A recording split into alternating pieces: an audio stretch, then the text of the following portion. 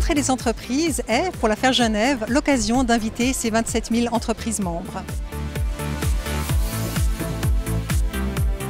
Que représente pour vous la rentrée des entreprises? Au moment où je peux voir à peu près tout le monde. Le seul moment de l'année, au fond, je suis en contact direct avec mes membres. Et ça, je trouve que c'est extraordinaire. J'aime beaucoup les présentations qui se font avant la partie dînatoire. Ça fait un petit bilan de l'année écoulée.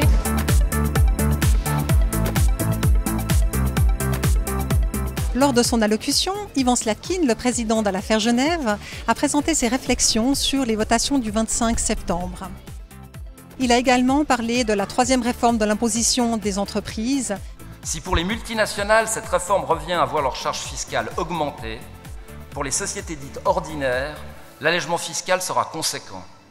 Il permettra de donner plus de dynamisme à l'économie stagnante, permettant ainsi aux collectivités publiques d'avoir de nouvelles sources de revenus. Blaise Matet, le directeur général de l'affaire Genève, a chaleureusement remercié les personnes présentes qui témoignent ainsi de leur attachement à la fédération. Blaise Matet a ensuite évoqué l'initiative AVS+, en soulignant que si le texte était d'emblée alléchant, malheureusement, il ne résiste pas à une analyse approfondie. L'argument selon lequel cette initiative va bénéficier aux rentiers les plus modestes est faux. Pourquoi? Parce qu'en Suisse, nous avons songé aux plus modestes depuis l'introduction de l'AVS avec des prestations complémentaires. Si les rentes augmentent de 10%, 9 bénéficiaires sur 10 des prestations complémentaires verront ces prestations diminuer. Quel est votre secteur d'activité et quels sont ses défis? Je suis dans le secteur d'activité juridique, donc les défis sont relativement importants parce que justement on est dans un milieu d'entrepreneurs ici avec beaucoup de salariés étrangers, de salariés en mobilité. Je suis avocat à Genève et le défi principal de notre domaine c'est la numérisation ou l'ubérisation des services juridiques. J'ai toujours considéré que les systèmes de quotas sont un mauvais système. Je pense que notre économie doit pouvoir disposer des forces dont elle a besoin et aller les chercher là où elles se trouvent.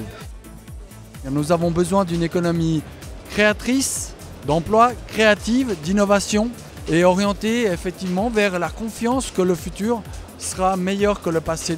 Si vous n'aviez qu'un argument à donner pour convaincre la population genevoise en faveur de la loi sur le renseignement, quel serait-il ? C'est important de se mettre au même niveau que nos voisins parce que dans le domaine du renseignement, c'est l'échange qui compte et on n'a rien à échanger aujourd'hui. Quel est votre message pour les chefs d'entreprise présents ici ce soir?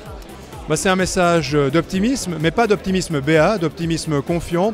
Je pense qu'on a tout pour bien faire. Le gros enjeu dont je vais parler, c'est la réforme d'imposition des entreprises. On a les ingrédients qui sont réunis et maintenant il faut faire le plat, mais on doit le faire ensemble.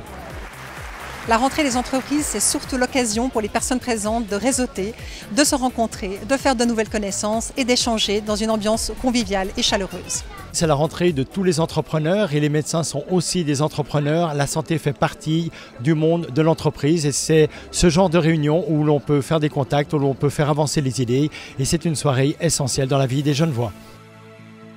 Ça fait des années que je viens, que pour le moment ça a toujours été tellement sympathique, on ne peut pas louper cet événement.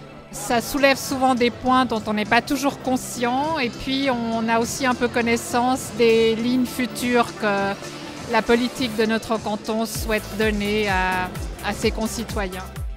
C'est surtout avoir le temps d'échanger avec son réseau, ses clients, ses partenaires, dans un cadre plus informel qu'habituellement.